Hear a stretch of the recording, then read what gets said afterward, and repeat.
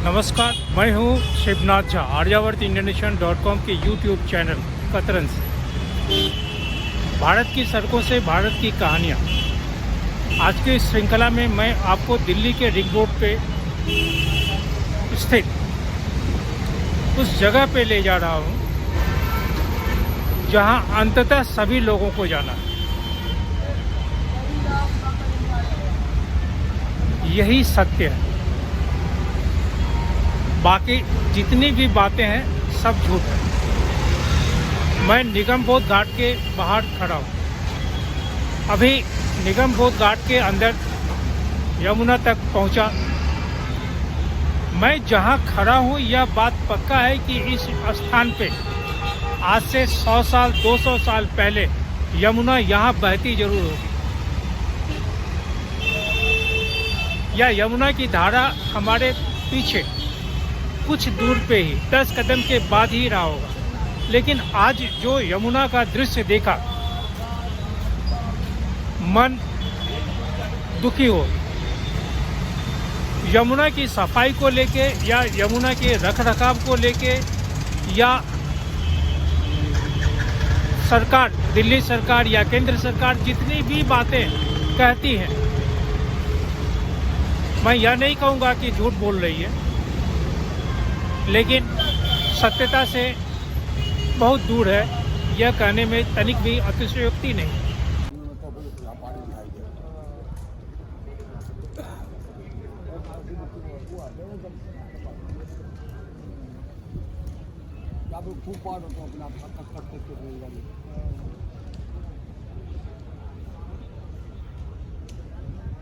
बहुत चौड़ी होती है।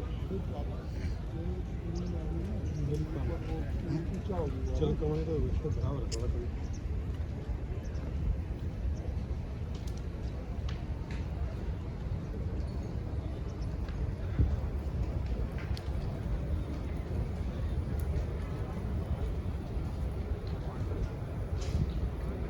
मैं चाहूँगा ना कि दो लोग,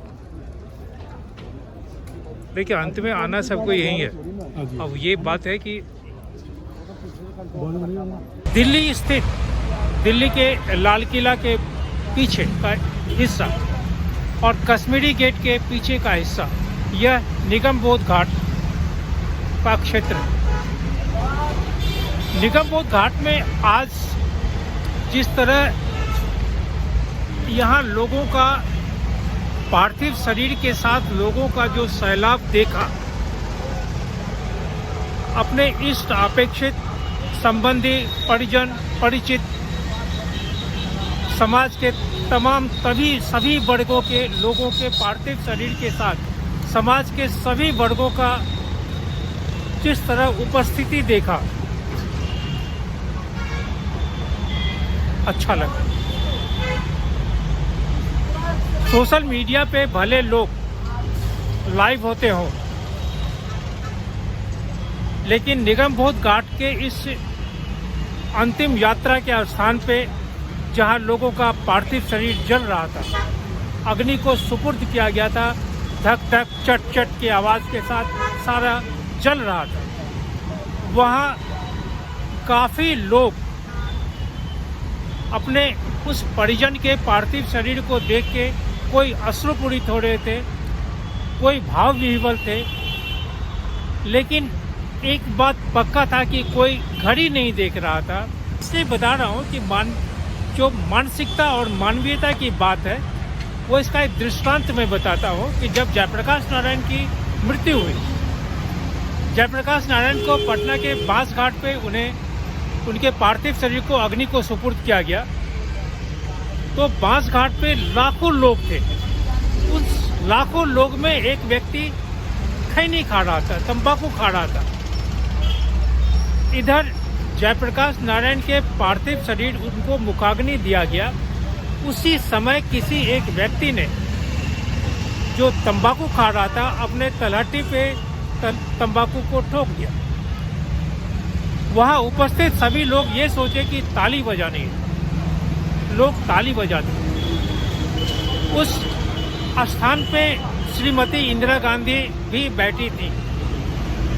इंदिरा गांधी के चेहरे पे जो गुस्सा दिखा था वो शायद पटना के आज जो व्यक्ति होंगे 50, 60, 70 साल उम्र के, वो सभी और जो उस दृश्य का चश्मदीद गवाह होंगे उन्हें याद आ जाए। घड़ी देखने की बात इसलिए कह रहा हूं कि विगत दिनों जब अटल बिहारी वाजपेयी साहब के शरीर पार्थिव हो गया था और इसी रिंग रोड से आगे हमारे बाएं हाथ पे कुछ दूर पे वाजपेयी साहब के पार्थिव शरीर को अग्नि के रास्ते महादेव के पास भेजा गया। उस समय कई एक नेताओं को यह देखा गया कि जैसे ही पार्थिव शरीर में अग्नि को सुपुर्द किया गया, लोग अपने अपने घड़ी को देखने लगे। शायद उनके पास वक्त की किल्लत होगी, वक्त नहीं रहा होगा कि वे कुछ क्षण और रुकें, अपने उस प्रिय नेता को जाते हुए देखें। लेकिन ऐसा नहीं हुआ। निगम बोध घाट पे आज जिस तरह लोगों की उपस्थिति को मैं देखा हूं, मैं नहीं कहता, लेकिन एक बात मैं पक्का दावे के साथ कह सकता हूं कि आज भी दिल्ली जैसे शहर में जहां व्यस्तता है, लोगों को समय की किल्लत है, गली कूची सड़कों में रहने वाले लोग, व्यापारी आज एक पार्थिव शरीर के साथ हजारों की संख्या में उपस्थित थे। इसके अलावा यहाँ पे अभी करीब 100 पार्थिव शरीर और पंक्तिबद्ध हैं। पहले यहाँ बहुत तरह की सुविधाएं नहीं थी, लेकिन आज बहुत तरह की सुविधाएं हैं।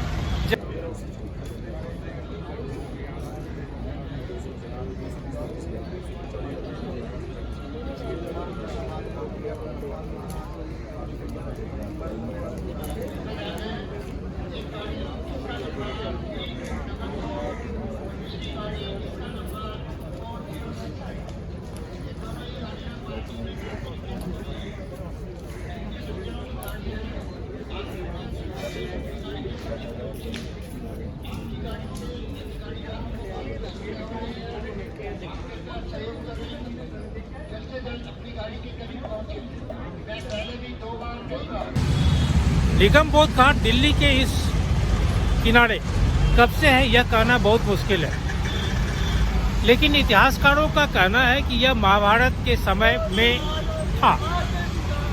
यहाँ महाभारत के समय में भी इस क्षेत्र में रहने वाले लोगों के पार्थिव शरीर को जलाया जाता था। यह भी कहा जाता है कि यहाँ पे ब्रह्मा को ज्ञान हुआ था। यह भी कहा जाता है कि तत्कालीन इंद्रप्रस्थ के राजा युधिष्ठिर द्वारा यह स्थापित किया गया। यह सब इतिहास की बात है।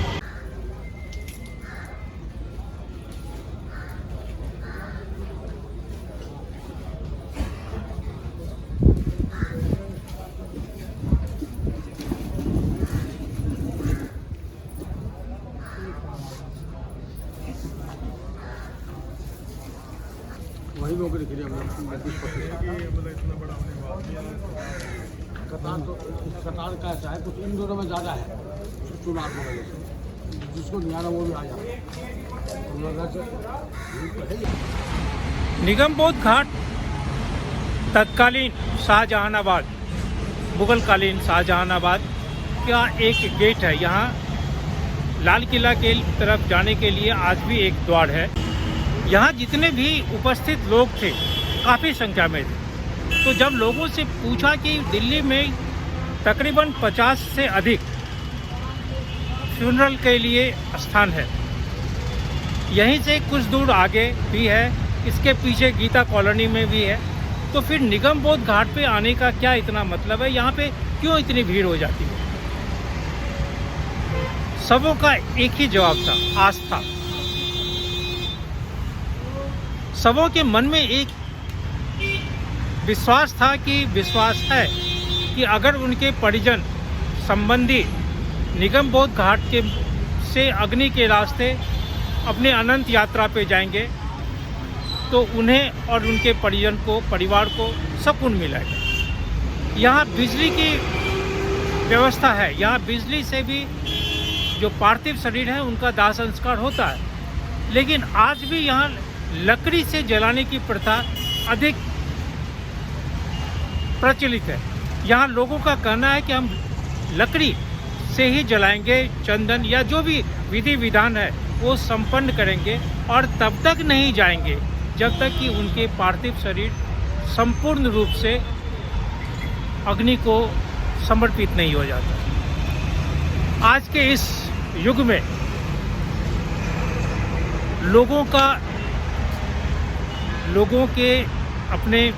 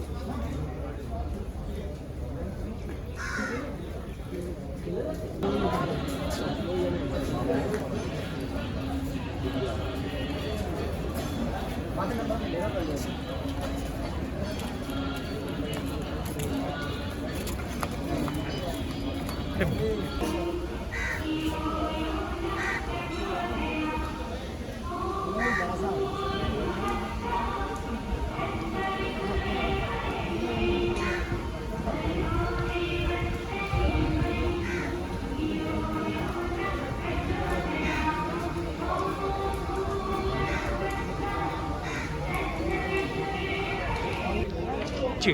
मैं सीताराम शर्मा, फिलहाल मंडावली में रहता हूँ। पहले खारी बावली रहते थे हम। तो ये जमुना का इतिहास बहुत पुराना है, हमारे पैर सैकड़ों सालों पहले पुराना है।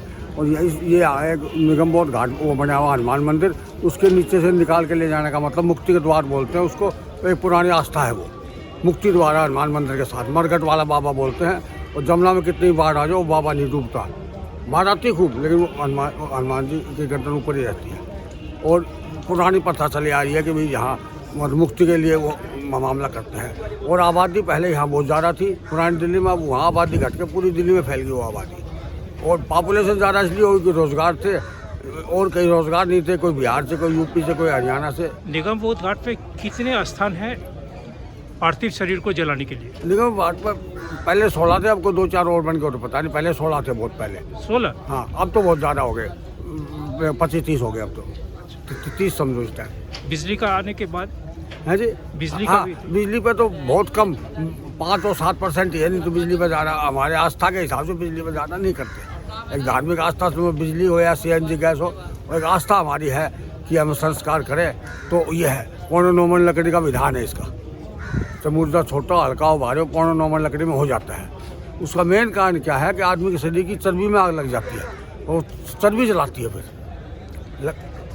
लेकिन आपके जो यमुना की स्थिति है यहाँ हाँ पे, हाँ, वो तो बहुत दयनीय है। वो दयनीय इसलिए है कि हमारे नेता लोग जो है ज़्यादा ध्यान नहीं करते, कि चाहे किसी पार्टी का हो, पार्टी से मतलब नहीं है। यहाँ सुधार के लिए पैसा सरकार का लगता है, लेकिन वो पूरे ढंग से नहीं होता। उसमें भी मतलब इधर उधर से लोग पैसा खा पी जाते हैं। जमुना वो बोर्ड के लिए भी पैसा लगता है, सफाई के लिए, लेकिन वो कामयाब नहीं हो पाया क्योंकि लोग सच्चे मन से नहीं करते, भावना के लिए नहीं करते, पैसे के लिए करते हैं। पिछले कई दशकों में, या यूँ कहें कि शताब्दी में भी वो कहा जा सकता है कि यमुना में अनेकानेक बाढ़ आई। यमुना में पानी का उत्प्लावन बहुत अधिक हुआ है, लेकिन यहाँ की एक खास विशेषता ये है कि कभी भी निगम बोध घाट डूबा नहीं। यहाँ ऊपर तक कभी पानी नहीं आया। जो आमतौर पे मणिकर्णिका घाट अथवा हरिश्चंद्र घाट, बनारस के मणिकर्णिका घाट या हरिश्चंद्र घाट में बाढ़ के समय पानी बहुत ऊंचा ऊपर आ जाता है। यह भी सही है कि गंगा में पानी का बहाव और यमुना में पानी का बहाव में आसमान जमीन का अंतर है।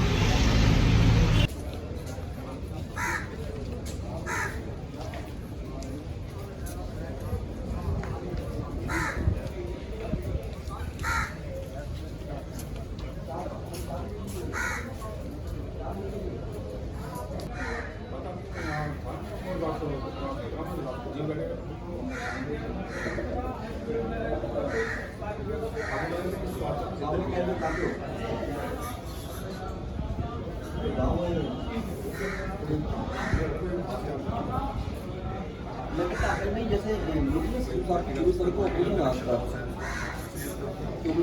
24 तारीख को परसों मेरे सभी का ऑपरेशन